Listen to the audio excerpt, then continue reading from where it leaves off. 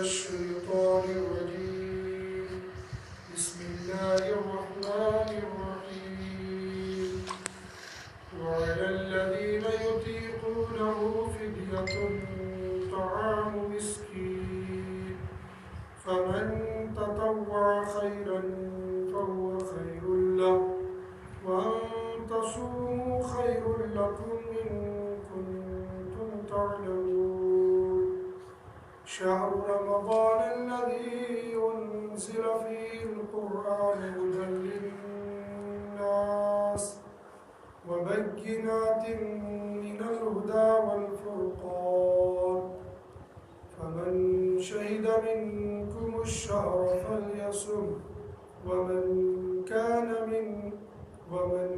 كان مريضا أو على سفر فعدة من أيام أخر يريد الله بكم اليسر ولا يريد بكم العسر ولتكملوا العدة ولتكبروا الله على ما هداكم ولعلكم تشكرون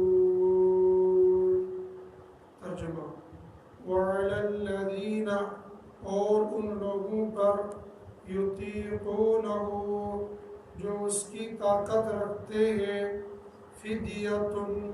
فدیہ ہے طعام مسکین ایک مسکین کے کھانے کا فمن تطوع پر جو شخص نیکی کرے خیراً بہتر ہے جو شخص اچھی نیکی کرے فہو تو وہ خیر بہتر ہے لہو اس کے لیے وَأَن تَصُومُوا اور اگر روزہ رکھ لو تو خیر لکم بہتر ہے تمہارے لیے ان کنتم تعلمون اگر تم جانتے ہو شہر رمضان الذی رمضان کا وہ مہینہ انزل نازل کیا گیا فیہ جس میں القرآن کی قرآن ہدن جو ہدایت ہے للناس لوگوں کے لیے وبینات اور واضح ہے من الہدی ہدایت والفرقان اور فرقان فمن شہید پر جو شخص حاضر ہو منکم تم میں سے الشہر رمضان المبارک میں فلیصم تو اس کو روزے رکھ لینے چاہیے ومن کان اور جو شخص ہو مریضاً بیمار او علی سفر یا سفر میں فعدت تو شمار کر لے من ایام اخر دوسرے دن یرید اللہ ارادہ کرتے رب العالمین بکم تمہارے ساتھ الیسر آسانی کا ولا یرید اور ارادہ نہیں رکھتے وہ بکم تمہارے ساتھ العسر پریشانی کا وَلِتُكْمِلُوا الْعِدَّةَ اور پورے شمار کر لو تو وَلِتُكَبِّرُوا اللَّهَ اور بڑائی بیان کر لو اللہ کی علامہ اس چیز پر ہداکم جو تمہیں ہدایت دی وَلَعَلَّكُمْ تَشْكُرُونَ اور شکر کر لو۔ یہ سورہ بقرہ کی آیت نمبر 184 اور آیت نمبر 185 تھی، اس کی تلاوت اور ترجمہ ہم نے سنا۔ آیت نمبر 84 کا آدھا حصہ ہم نے پیچھے سنا تھا، جس میں رب العالمین نے رمضان المبارک کے روزوں سے متعلق چند باتیں ارشاد فرمائی تھی اور چند احکام نازل کیے تھے۔ پہلا حکم یہ تھا کہ رمضان المبارک کے روزے تمہارے پر فرض کیے گئے ہیں جیسا کہ پہلی امتوں پر فرض کیے گئے تھے، اور یہ رمضان مبارک کے مہینے یہ چند دن یعنی 29 دن ہے یا 30 دن ہے، نہ تو 30 کا نہ 29 کا، اس لیے کہ عربی مہینے کبھی 29 کے ہوتے ہیں کبھی 30 کے ہوتے ہیں، اور اس کی وجہ بھی علماء نے یہ لکھی ہے کہ رمضان المبارک کی فضیلت جب رب العالمین نے نازل کی تو پورے سال میں ایک اشکال، ایک تمنا ظاہر کی، ربا اس مہینے کو تو ساری نعمتیں مل جائیں گی، لیکن باقی یہ پورا سال تو ان نعمتوں سے ان فضائل سے محروم رہے گا۔ تو رب العالمین نے ایسی ترتیب بنائی اپنے نظام قدرت کے ذریعے سے کہ رمضان المبارک پورے سال گھومتا رہتا ہے اور 36 سال میں پورا واپس اپنی پہلی جگہ پر آ جاتا ہے۔ ہر سال 10 دن کم ہو کر کئی سالوں کے بعد پھر رمضان مبارک جہاں سے شروع ہوا تھا وہیں پر پہنچ گیا ہے۔ بہت سارے بزرگ کہتے ہیں ہم نے اتنے لمبے روزے رکھے ہیں، 16 گھنٹے کے، 17 گھنٹے کے، اور آج پھر وہی روزے آ رہے ہیں، اور کبھی وہ وقت بھی گزرا ہے 10-12 گھنٹوں کا روزہ ہوتا تھا، بس یہ آیا یہ گیا، اور آج وہ روزہ آنے والا ہے اور آتا رہا ہے کہ جو گرمی بھی ہے، پریشانی بھی ہے، دن بھی بڑا ہے، بھوک پیاس ساری شدتیں ساری پریشانیاں بظاہر سامنے ہے، لیکن انسان کو لگتا ہی ہے کہ اس میں پریشانی ہے، انسان کے لیے بھی سہولت، انسان کے لیے بھی آسانی، اور پورے سال کے مہینوں اور دنوں کو اللہ رب العزت کی طرف سے رمضان المبارک کی خیر و برکت ملتی رہتی ہے۔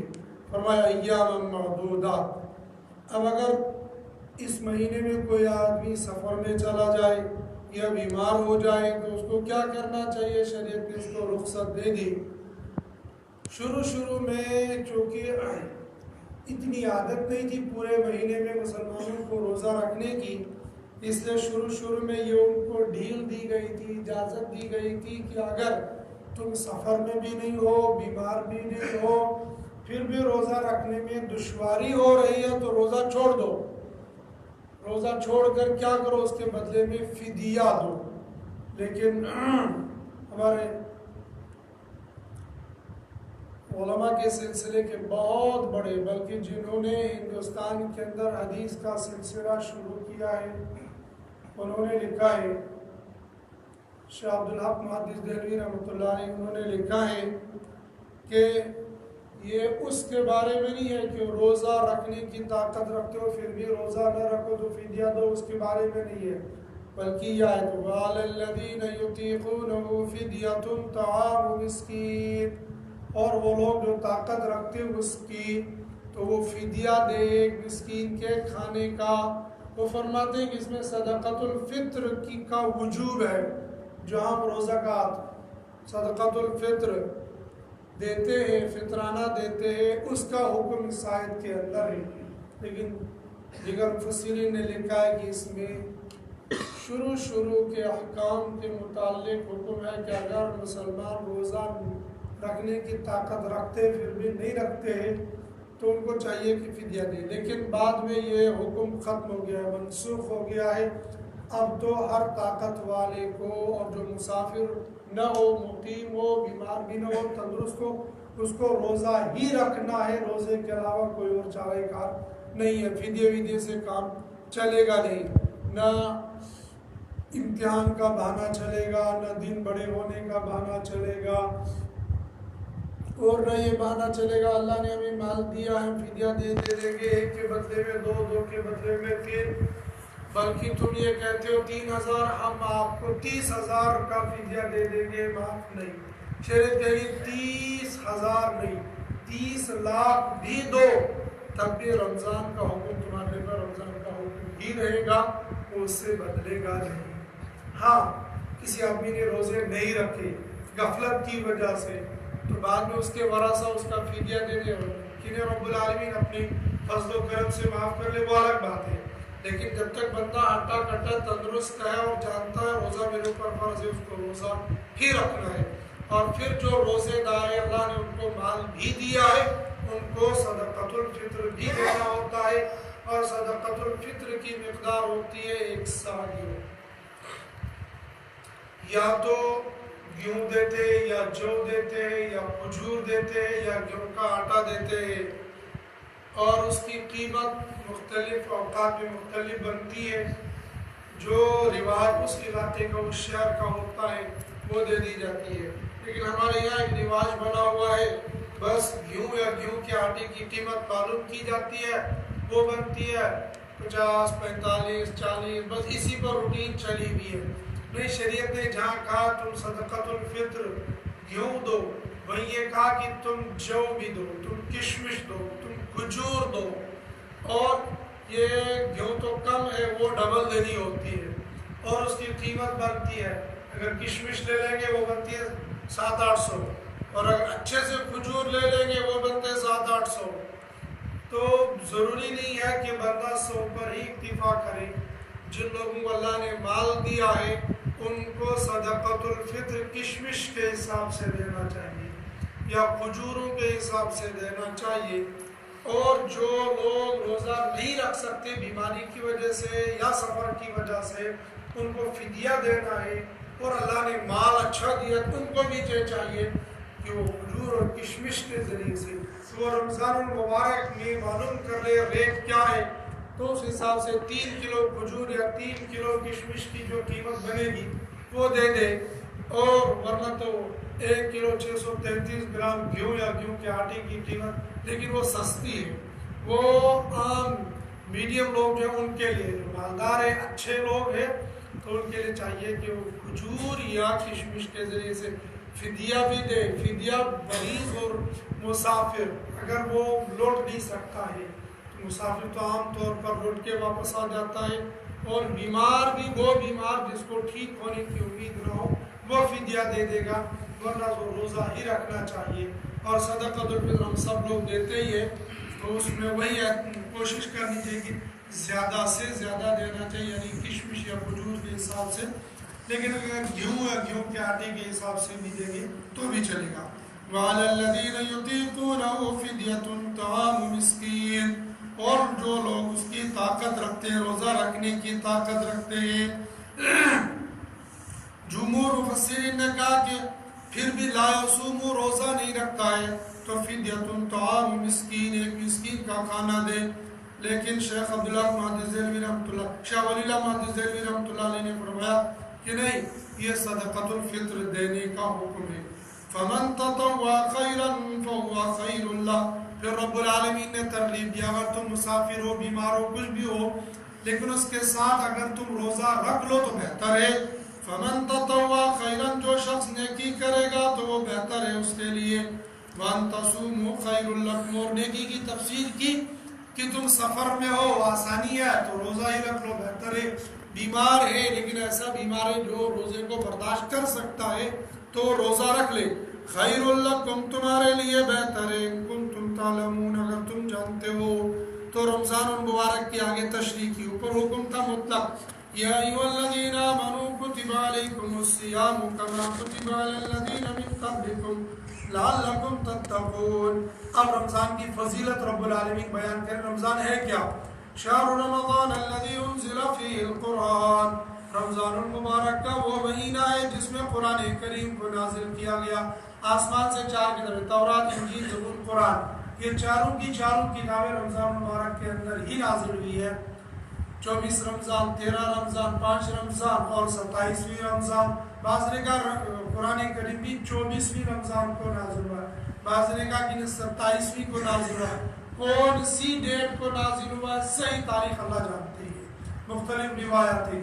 لیکن رمضان المبارک میں اور دوسری جگہ پر فرمایا اِنَّا أَنزَلْنَاهُ فِي لَيْلَةِ الْقَدْرِ، ہم نے قرآن کریم کو لیلۃ القدر میں نازل کیا.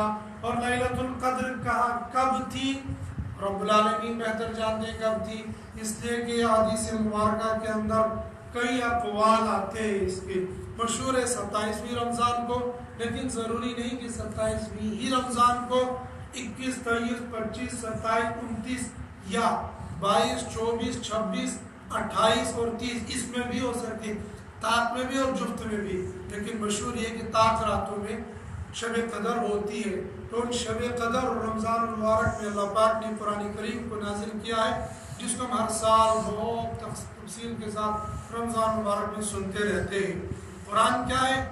ہدی للناس وبینات من الہدی والفرقان، ہدایت لوگوں کے لیے اور واضح ہدایت، والفرقان اور حق اور باطل کے درمیان فرق کرنے والی کتاب یہ قرآن ہے. حق یہ، باطل یہ، سچ یہ، جھوٹ یہ، حلال یہ، حرام یہ، حق اور باطل کے درمیان میں فرق کرنے والا ہے.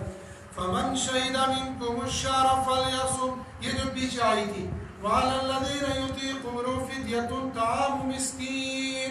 اگر اس کو اسی بات کے لیے لیا جائے کہ یہ ان لوگوں کے لیے آئے تھے جو طاقت رکھنے کے باوجود فدیہ دینے سے کام چلے، پھر جب یہ آیت نازل ہوگی فَمَنْ شَهِدَ مِنْكُمُ الشَّهْرَ فَلْيَصُمْ، اس نے اس آیت کو منسوخ کر دیا کہ اب یہ نہیں چلے گا، اب تو روزہ ہی رکھنا ہے، فدیہ نہیں چلے گا. پھر بھی شریعت نے ڈھیل دی کچھ لوگوں کو، سب کو نہیں. وَمَنْ كَانَ مَرِيضًا أَوْ عَلَىٰ سَفَرٍ، پیچھے بھی یہ بات آئی تھی. فَمَنْ كَانَ مِنْكُمْ مَرِيضًا أَوْ عَلَىٰ سَفَرٍ فَعِدَّةٌ مِّنْ أَيَّامٍ أُخَرَ. یہاں پر بھی کہا تھوڑے سے فرق کے ساتھ. وَمَنْ كَانَ مَرِيضًا، پیچھے تھا فَمَنْ كَانَ مِنْكُمْ مَرِيضًا، یہاں فرمایا وَمَنْ كَانَ مَرِيضًا أَوْ عَلَىٰ سَفَرٍ فَعِدَّةٌ مِّنْ أَيَّامٍ أُخَرَ. اور جو شخص بیمار ہو یا سفر میں ہو، بیمار اور سفر کی تفصیل پیچھے آئی تھی. فَعِدَّةٌ مِّنْ أَيَّامٍ أُخَرَ، تو اگلے دنوں کو شمار کر لے. مطلب یہ کہ رمضان گزرنے کے بعد جو روزے چھوٹ گئے ہیں سفر یا بیماری کی وجہ سے، ان کو دوبارہ رکھ لے. کیوں اللہ پاک ایسا کیوں کر رہے ہیں؟ پیچھے اوپر تو مَنْ شَهِدَ مِنْكُمُ الشَّهْرَ فَلْيَصُمْ، جو شخص جس کے سامنے رمضان آ جائے اس کو روزہ ہی رکھنا ہے. لیکن پھر شریعت نے کہا کہ نہیں، تھوڑی سی ڈھیل دو. اگر کسی کے ساتھ یہ حالات آ جائیں پھر یرید اللہ بکم اليسر ولا یرید بکم العسر، اللہ پاک اپنے بندوں پر زیادتی نہیں کرنا چاہتے، اللہ پاک اپنے بندوں کے ساتھ آسانی کرنا چاہتے ہیں. قرآن واضح کہہ رہا ہے اللہ بندوں کے ساتھ آسانی کا معاملہ کرنا چاہتے، پریشانی کا نہیں. بعض احکام کو سن کر بعض مسلمان کہتے یار یہ پتہ نہیں ہے شریعت میں یہ حکم کیسے آ گیا ہے. اللہ حاکم بھی، اللہ حکیم بھی ہے، اللہ حکم دینے والے بھی، اور اللہ حکم کی تفصیل کو بھی جاننے والے. یہ میرے بندوں کے ہاتھ میں اچھا ہے یا برا ہے، یہ بہتر ہے یا نفع والا ہے یا نقصان ہے. شروع میں کہا شراب پینے کی اجازت تھوڑی بہت دے دی، پھر بعد میں کہا کہ اس میں نفع کم ہے اور نقصان زیادہ ہے. شروع میں یہ کہا نفع کم ہے نقصان زیادہ ہے، آگے چل کر اس میں نقصان ہے، نفع کچھ نہیں ہے. انما الخمر والمیسر والانصاب والازلام رجس من عمل الشیطان. ایسے رب العالمین نے روزے کا حکم دیا، اور روزے کو حکم کے ساتھ تھوڑی سی ڈھیل دی بیمار اور مسافر کے لیے. کیوں ایسا کیا؟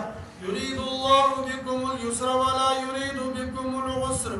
رب العالمین تمہارے ساتھ آسانی کا معاملہ کرنا چاہتے ہیں، پریشانی کا معاملہ نہیں. لہذا جب بھی اللہ کا حکم آ جائے اس کو خندہ پیشانی کے ساتھ اس کو قبول کر لینا چاہیے.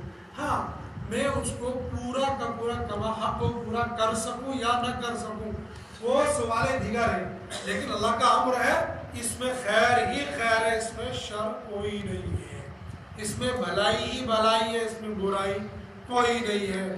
اللہ نے اگر جون جولائی میں روزہ رکھا ہے تو ایک آدمی اے سی میں بیٹھ کر سارا دن گزار دیتا ہے، اور ایک آدمی مزدوری کر کے دن گزار دیتا ہے. اس کے لیے اللہ پاک نے ایسے اجر رکھا ہے، اس کے لیے ایسے اجر رکھا ہے. جو اے سی میں دن گزارے گا اس کے لیے اجر کم ملے گا، جو مزدوری کر کے دن گزارے گا اس کے لیے بڑا اجر ہوگا. روزہ اس نے بھی رکھا، روزہ اس نے بھی رکھا، اجر اس کو ملا، اجر اس کو ملا، لیکن اس کو کم ملا، اس کو زیادہ ملا. اس نے آسانی میں روزہ رکھا، اس نے مشقت میں روزہ رکھا. اور اس میں مصلحت یہ ہے کہ ہو سکتا ہے یہ مالدار ہے، اس کے پاس ایسی ہے، یہ صدقہ بھی دیتا ہے، زکوٰۃ بھی دیتا ہے، غریبوں کو بھی دے دیتا ہے. اب یہ جو بیچارہ غریب ہے یہ صدقہ خیرات تو کیا دے گا، اس کا مشکل سے اپنا پیٹ ہی چلتا ہے. لیکن اللہ پاک نے درجات اس کے بھی بڑھا دیے، بلند درجہ جنت میں اس کو بھی دینا ہے. اب اس کو یہ گا کہ تھوڑی سی مشقت برداشت کرنا، تو دھوپ میں مٹی میں اور گارے میں کام کر لے، تجھے بھی اعمال بڑھا دوں گا. اس کو بیٹھے بیٹھے مال تو ملا ہے، یہ یہیں سے دیتا رہے گا، اس کے بھی درجات بلند ہوتے رہیں گے، اس کے بھی درجات بلند ہوتے رہیں گے. راستے تھوڑے سے ڈفرینٹ کر دیا، الگ الگ کر دیے. وَلِتُكْمِلُوا الْعِدَّةَ وَلِتُكَبِّرُوا اللَّهَ عَلَى مَا هَدَاكُمْ وَلَعَلَّكُمْ تَشْكُرُونَ. ڈنڈی مت مار لینا.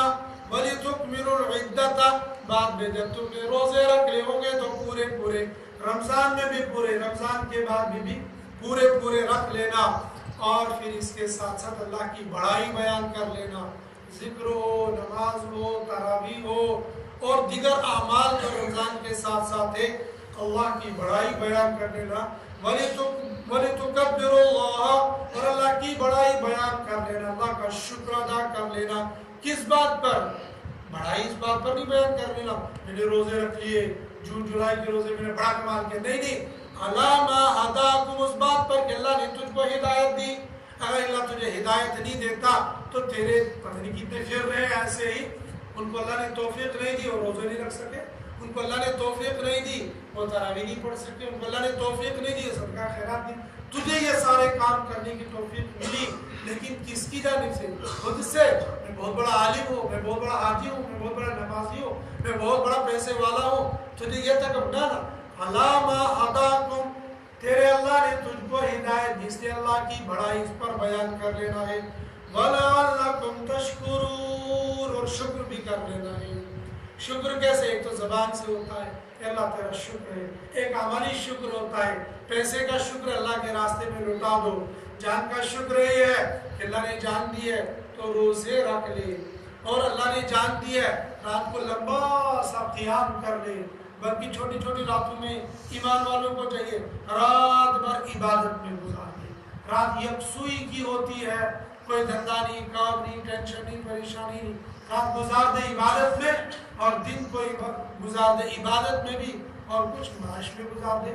ہمارے استاذ محترم حضرت مولانا مفتی محمد سعید صاحب پالن پوری دعوت برکات علیہ 2004 میں ہم لوگ دورانی شریف میں تھے، تب وہ فرماتے بچوں الحمدللہ 35 سال سے رمضان کی راتوں میں سویا ہی نہیں، ساری رات قرآن پڑھتا رہتا ہوں، اور قرآن کو رمضان کے ساتھ بڑی مناسبت اوپر آ گیا، شہر رمضان الذی انزل فیہ القرآن۔ ہم بھی کوشش یہ کر لیں کہ رمضان مبارک میں زیادہ سے زیادہ تلاوت تلاوت تلاوت تلاوت تلاوت، تمام کاموں کو چھوڑ کر تلاوت کے ساتھ۔ حضرت شیخ نے لکھا وسائل اعمال کے اندر کہ مجھے لوگوں نے اعتراض کیا امام اعظم ابو حنیفہ رحمۃ اللہ علیہ پر کیسے یہ قرآن پڑھ سکتے تھے۔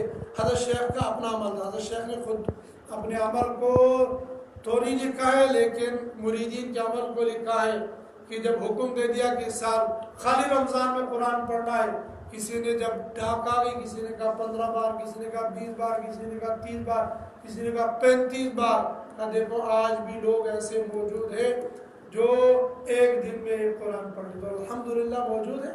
حافظ قرآن تو 6 اور 7 گھنٹوں میں قرآن پڑھ لیتا ہے۔ حضرت شیخ کا معمول تھا حرم میں پورا رمضان گزارنے کے زمانے میں ہر دن ایک عمرہ کرتے تھے اور ہر دن ایک قرآن پورا کر لیتے تھے۔ سحری سے پہلے تراویح کے بعد جاتے عمرہ کرنے کے لیے تو واپس آ جاتے تھے، سحری سے پہلے تو سحری بھی کر لیتے تھے، تہجد بھی پڑھ لیتے تھے، عمرہ بھی پورا کر لیتے تھے، پھر پورا دن قرآن کی تلاوت میں لگتے رہتے تھے۔ شروع بنحال نندرشن پورے قسم کیا کریں، جوان ہوں نیندر پوری نہیں ہوتی ہے۔ ہم تو نیند پورا کرنے میں اور اچھے لذیذ کھانے میں رمضان ہمارے لیے ان 2 کاموں کے لیے آتا ہے، لمبی سی نیند کرنے کے لیے اور لذیذ کھانے کے لیے۔ کھانے اگر ہم غیر رمضان میں 5 ڈشیں کھاتے تھے تو رمضان میں 3 ہی ڈشیں کھا لیں، اگر غیر رمضان میں 3 ڈش کھا لیتے تھے رمضان میں 2 ہی کھا لیں۔ ایسے نہیں کہ میں کہہ رہا ہوں کہ کھانا ہی کم کر لیں، ورائٹیاں کم کر لیں، کھانا جو اس کی خوراک ہے اتنی کھا لیں، کم بھی نہ کر لے جس سے پھر بیمار ہو کر روزے نہ رکھنا، اور اتنا زیادہ بھی نہ کھا لے اس کو احساس ہی نہ ہو، ہلکا سا کھانا کم کر لینا چاہیے تاکہ روزے کا جو مقصد ہے وہ حاصل ہو جائے۔ اور جو ہمارے دسترخوان پر افطاری میں ماشاءاللہ یہ بریانی اور یہ ٹھنڈا اور یہ جلیبی اور یہ پکوڑے اور یہ فلانے وہ ڈگے جو ہم 6 مہینے کھاتے ہیں غیر رمضان میں، وہ کوٹا ہم رمضان کے 1 مہینے میں پورا کر لیتے ہیں۔ ایک تو ورائٹیوں کو کم کر لینا چاہیے، کھانے کو کم کر لینا چاہیے۔ روزے کا مقصد ہے بندے کے اندر تقویٰ طہارت پیدا ہو جانا، یہ تب ہوتا ہے جب بندے کے اندر تھوڑی سی کمزوری ہو جائے، اور اگر ویسے ہٹا کٹا مشتنڈا رہا تو پھر وہ چیز حاصل بہت کم ہو جاتی ہے۔ اس لیے اللہ پاک نے کہا ایک اللہ کی تسبیح بڑائی بیان کرو اور دوسرا اللہ کا شکر بھی ادا کرو۔ اللہ پاک مجھے آپ کو قرآن پاک کو پڑھنے کی، سمجھنے کی اور اس کے مطابق زندگی گزارنے کی توفیق عطا فرمائے۔ وآخر دعوانا